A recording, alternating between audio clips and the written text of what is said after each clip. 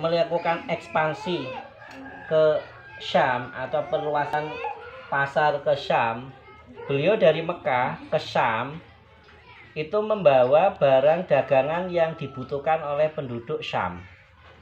Jadi dari Mekah ke Syam, kafilahnya Nabi Muhammad, artinya Muhammad dan teman-temannya Nabi Muhammad waktu itu belum jadi nabi, itu membawa barang dagangan yang dibutuhkan oleh orang-orang Syam. Sehingga ketika berada di perbatasan masuk ke Syam, orang-orang yang Syam itu selalu yang ditunggukan adalah kafilahnya Al-Amin. Ini kafilahnya Al-Amin sudah lewat atau belum? Mereka merindukan itu. Karena mereka sudah tahu bahwa sebelum Nabi Muhammad melakukan aktivitas perdagangan, orang-orang Syam sudah tahu bahwa Muhammad kecil itu dapat julukan Al-Amin, yang dipercaya, orang yang dipercaya. Maka alhamdulillah ketika Nabi Muhammad masuk ke Syam itu ya, barang dagangan yang beliau bawa itu selalu ludes, selalu ya banyak orang yang borong. Karena apa tadi? Karena orang-orang Syam menunggu barang-barang yang dibawa dari Mekah. Begitu juga Nabi Muhammad ketika balik ke Mekah, maka beliau juga berbelanja produk-produk atau barang-barang yang dibutuhkan oleh orang-orang Mekah.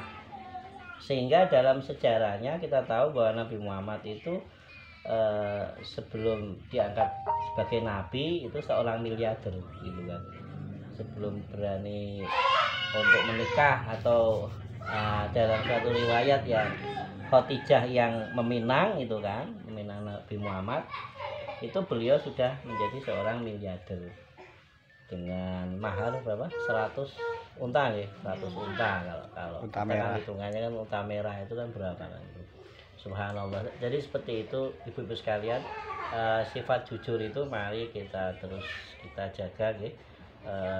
Orang yang belum mitra dengan kita ataupun yang sudah mitra, poin itu juga sebuah amanah yang harus kita tunaikan.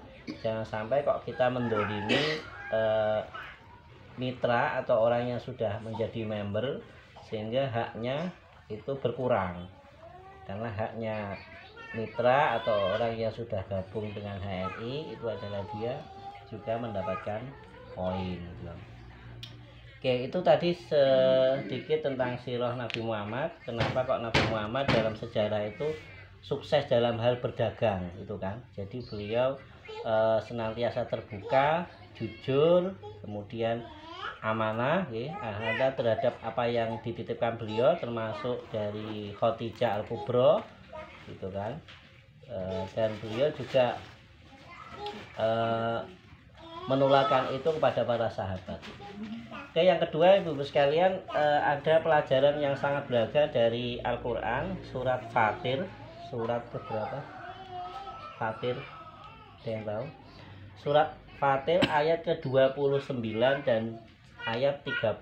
Nanti bisa ibu-ibu sekalian baca ya, jika di rumah. Menyebutkan tentang 3 kunci sukses, 3 sekaligus 3 rahasia yang menjadikan perdagangan kita tidak akan pernah rugi. Subhanallah. Ini rahasia dari Al-Quran.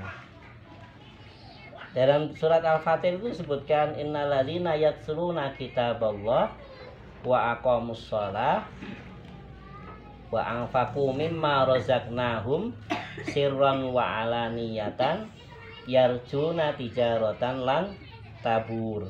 Jadi redaksi daripada Al-Quran itu adalah tijaratan lan tabur, perdagangan yang tidak pernah akan rugi. Perdagangan yang dalam ayat itu disebutkan tidak hanya rugi di dunia, tapi juga tidak akan rugi di akhirat gitu kan. Nah, mungkin nggak kita seorang muslim itu akan rugi di akhirat, atau bahasa agamanya adalah muflis. Bisa nggak seorang muslim itu rugi di akhirat? Bisa. Contohnya apa? Kita membawa amal segudang banyak ya, kita sudah membawa amal soleh, ternyata amal itu dikasihkan ke orang lain, direbut si fulan, si fulan, si fulanah dan seterusnya, karena kita mengabaikan hak adami. Hak adamiyun itu apa? Utang piutang, nggih. Kemudian janji yang nggak ditepati, ini kok hak adami. Apalagi saya tadi utang piutang, kemudian kita ada hak saudara kita mendolimi, itu juga hak adami. Kita menjadi muflis atau orang yang rugi di akhirat kalau ternyata amal kebaikan kita ketika di dunia itu habis, sia-sia karena diambil atau diminta saudara kita, gitu kan. Jangan sampai kok kita kemudian ketika berada dalam dakwah produk halal ini kita kok kemudian sampai merugi di akhirat, gitu kan, Ibu sekalian. Resepnya pertama yatsluna kitaballah. Yatsluna kitaballah itu artinya membaca kitabullah. Kitabullah berarti Al-Qur'an. Berarti resep untuk supaya berkah dalam perdagangan atau bisnis apa? Jangan pernah meninggalkan Al-Qur'an. Rugi banget Ibu sekalian. Al-Qur'an itu bisa menjadi teman kita di kubur, alam kubur. Al-Qur'an itu nanti di hari kiamat juga menjadi saksi, gitu kan, terhadap amal kita. Bahkan Allah menciptakan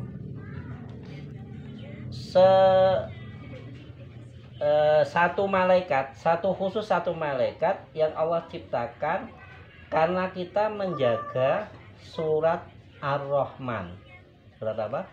Ar-Rahman. Kita baca setiap hari surat Ar-Rahman. Dengan kita membaca surat Ar-Rahman tiap hari itu Allah menyiapkan satu malaikat, dan malaikat itu jadi bukti, jadi saksi buat kita bahwa si fulan atau fulana itu dia menjagaku ya Allah, maka jagalah dia dari api neraka. Subhanallah.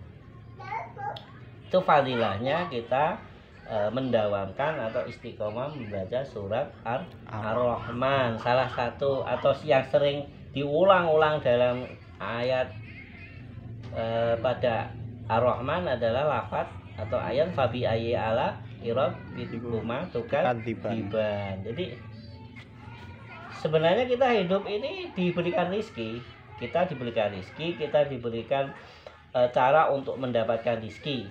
Tinggal apa yang kita peroleh itu, apakah ada subuhatnya atau kita mencarinya dengan cara yang halal. Itu pilihan.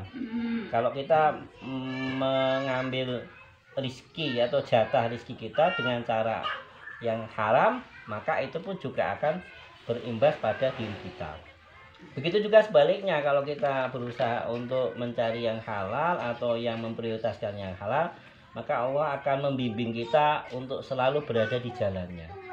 Maka doa kita ihdinas siratal mustaqim itu salah satu juga bimbingan dari Allah supaya kita tetap berada dalam kebaikan, tetap berada dalam kemanfaatan.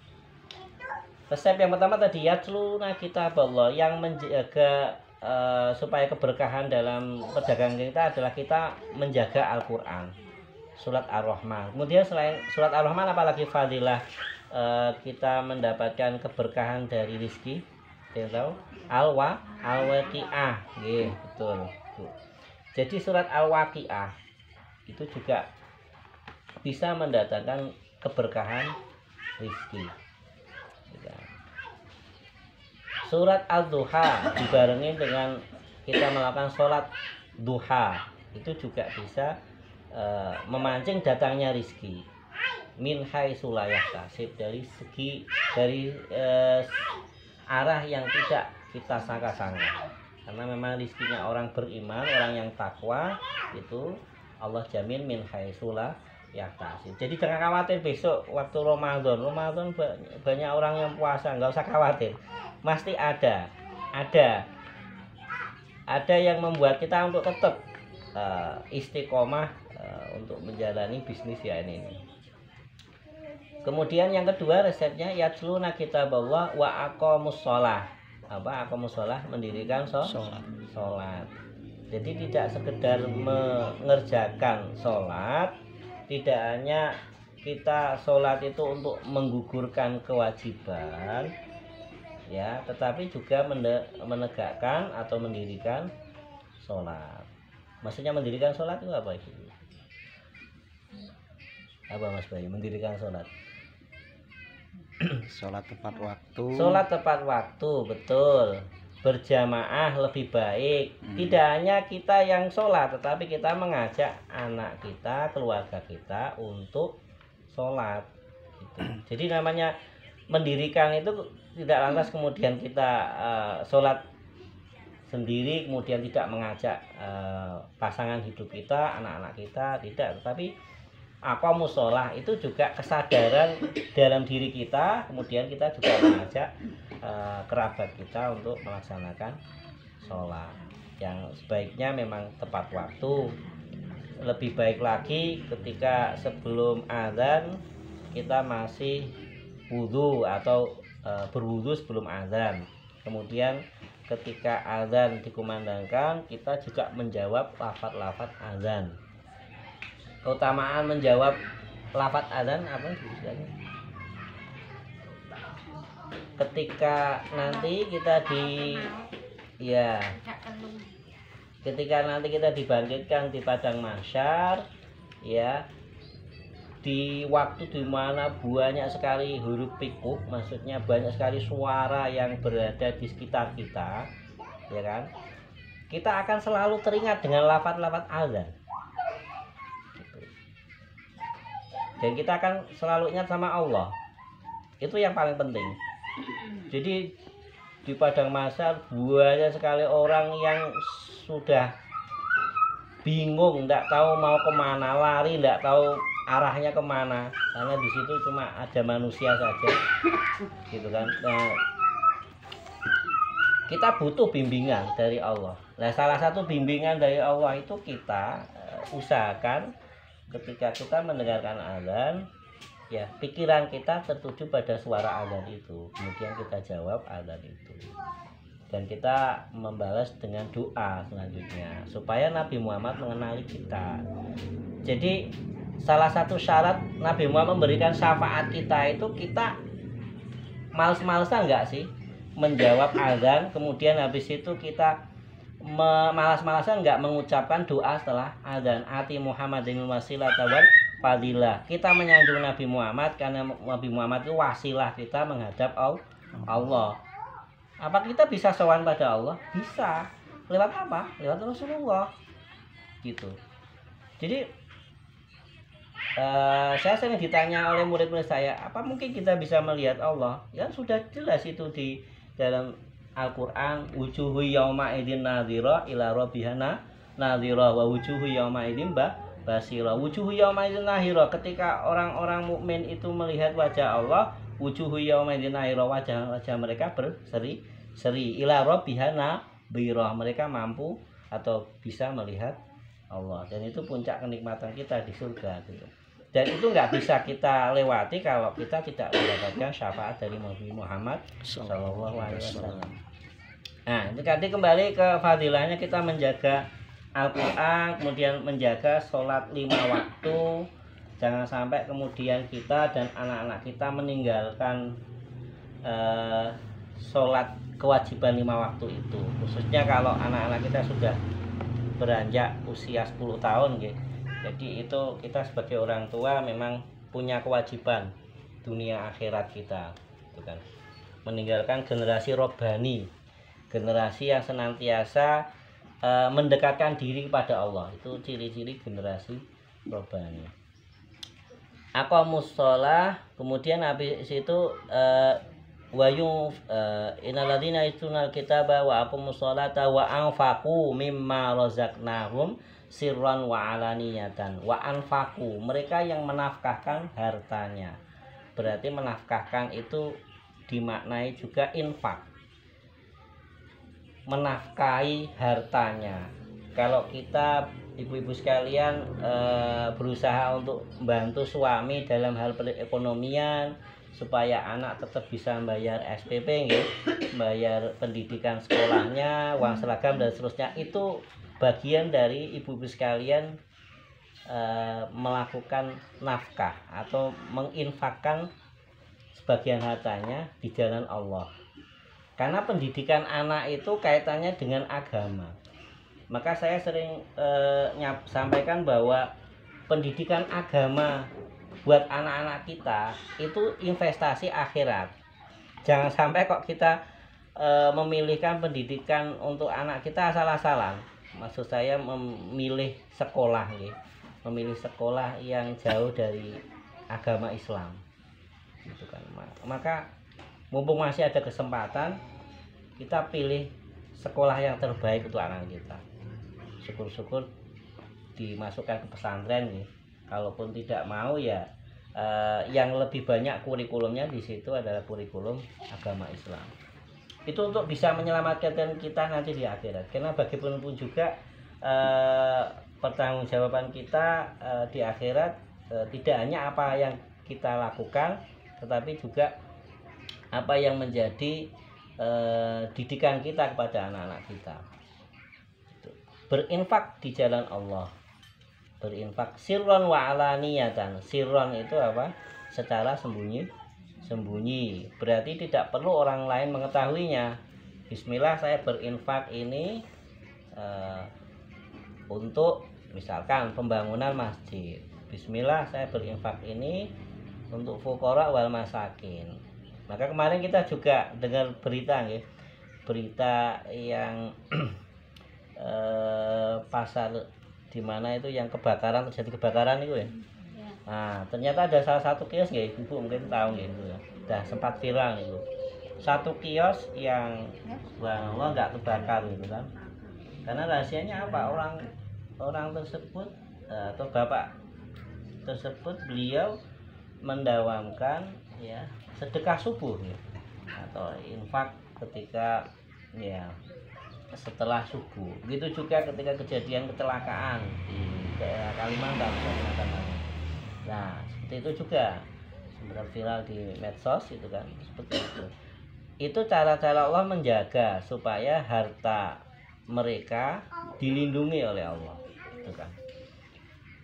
Infak itu semampunya dan seikhlasnya.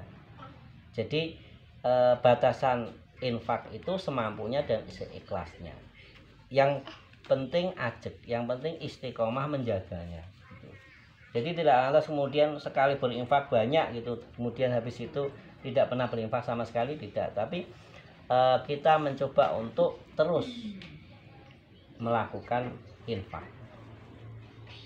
Nah, kalau infak sama sedekah, Ibu udah tahu perbedaan nih sedekah sama infak. Apa?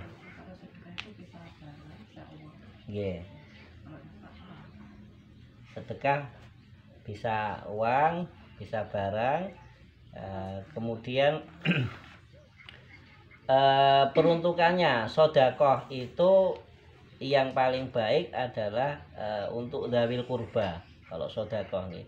Jadi untuk keluarga terdekat dulu kalau sedekah. Keluarga terdekat kalau sudah terpenuhi baru aljar. Aljar itu adalah tetangga kita. Tetangga itu hitungan dalam Islam adalah 40 rumah ya, kanan kiri kita, depan belakang kita. Itu masuk tetangga gitu. Jadi prioritas utama kalau sedekah itu pada saudara kita dulu, saudara senasab. Kalau ada orang yang membutuhkan bantuan, yang pertama kali kita bantu siapa? Saudara kita, saudara kandung. Gitu. Dari sisi nasab. Kemudian habis itu baru ada kelebihan harta, kita bisa membantu, baru tetangga. Dan seperti itu. Baru kemudian 8 orang yang menjadi prioritas, termasuk Ibnu Sabi. Karena laki-laki harta itu di mata Allah itu hanya perhiasan dunia, dan harta itu bisa jadi bara api di alam kubur. Ketika harta itu tidak kita tasarufkan, kita tidak infakkan, kita tidak sedekahkan pada jalan-jalan yang benar, maka itu malah menjadi bumerang bagi kita sekalian. Sirron wa alaniyah, Alanian itu berarti yang secara terang-terangan. Jadi infak secara terang-terangan boleh. Yang tidak dibolehkan adalah riya. Jadi misalkan kita membantu pembangunan masjid nih, nama kita kok nggak tertulis di situ, gelar kita kok nggak dicantumkan di situ, kita merasa hati kita kok merasa eman-eman terhadap apa yang kita keluarkan dari harta itu, dari uang itu, uang infak pembangunan masjid, maka itu bukan termasuk kategori ikhlas, maka itu bukan termasuk infak yang diterima oleh Allah gitu. Karena kita masih ada ganjalan dalam hati. Tapi kalau kita mengikhlaskan infak kemudian di atas namakan hamba Allah atau Abdullah atau apa dan seterusnya fulana gitu kan, maka itu nanti Allah yang akan memberikan keberkahan dan ganti gitu kan. Nah, karena Nabi Muhammad SAW kan mengingatkan kita, mana kosat min malis sodako, tidak akan berkurang orang yang mau bersedekah, bal yazdad wa yazdad, kata Rasulullah SAW. Tapi apa yang kita sedekahkan itu mesti dijamin oleh Rasulullah akan bertambah gitu. Penting kita yakin dulu. Yarjuna tijaratan lan tabur. Ketika kita sudah mengamalkan 3 hal itu, kemudian kita berharap supaya perdagangan atau perniagaan kita ini tidak merugi, ya kan? Maka Allah akan balas dalam ayat selanjutnya, Fatir ayat ke-30. Liwafiyahum ujurahum. Maka Allah akan memenuhi ujurahum, memenuhi balasannya di dunia dan akhirat. Balasan bagi orang-orang yang bersungguh-sungguh, dia mendapatkan apa yang diinginkan. Balasan dari kita berusaha untuk semaksimal mungkin mensyiarkan produk halal dan thayyib sehingga orang-orang terselamatkan dari barang-barang yang syubhat dan haram, maka kita juga akan mendapatkan itu di dunia dan akhirat. Liwafiyahum ujurahum wa yaziduhum min fadli. Subhanallah. Tidak hanya balasan atau bonus yang kita dapatkan di AFO, tetapi juga wa yaziduhum min fadli. Allah memberikan balasan lebih, menambah keutamaannya. Bahasa di situ dalam ayat itu adalah fadlun. Fadlun itu keutamaan yang kita menganggap itu sepele, padahal itu sangat berharga. Bahasa kita itu ada manfaatnya mesti. Ketika kita silaturahmi, kita ketemu dengan sama saudara muslim, kita mendapatkan ilmu, kita mendapatkan usia kita juga bertambah, ya. Nah, dan keutamaan itu juga nanti akan berimbas pada kebaikan setelahnya. Liwafiyahum ujurahum wa yazidu min fadli. Kemudian selanjutnya apa? Wallahu ghafurun syakur, dan Allah maha pengampun dan asyakur, artinya yang maha memberikan rasa syukur, ya. Karena kita sebagai manusia tabiatnya dalam merasa kurang, ya. Diberi kita masih merasa kurang, maka sebenarnya yang kita cari kecukupan, sifat qanaah. Karena kalau sudah qanaah itu kita dapatkan, maka Allah Subhanahu wa taala juga akan memberikan kecukupan dalam hal rezeki. Oke, itu mungkin Ibu sekalian tadzkirah buat saya, peringatan dan nasihat khususnya buat saya untuk bisa menjaga 3 hal tadi, ya. Jadi kita menjaga pertama tilawah Al-Quran tiap hari supaya rumah kita juga tidak menjadi kuburan, ya. Karena ternyata banyak sekali yang hakikatnya seolah-olah, ya, rumah kita kok rumah yang bahagia dan seterusnya, tapi kok di sisi para malaikat, ya, mereka memandangnya seperti kuburan karena memang tidak ada bacaan Al-Quran dari rumah tersebut. Maka mari kita menghiasi rumah kita dengan bacaan Al-Quran. Kemudian apalagi aqomus sholah tadi, mendirikan sholat. Kemudian kita berusaha untuk tetap berinfak di jalan Allah. Jadi itu dulu sekalian sedikit ulasan ya, kajian kaitan dengan surat Fatir ayat 29 dan 30. Semoga ada manfaatnya. Wabillahi taufik wal hidayah wal inayah. Assalamualaikum warahmatullahi wabarakatuh. Waalaikumsalam warahmatullahi wabarakatuh.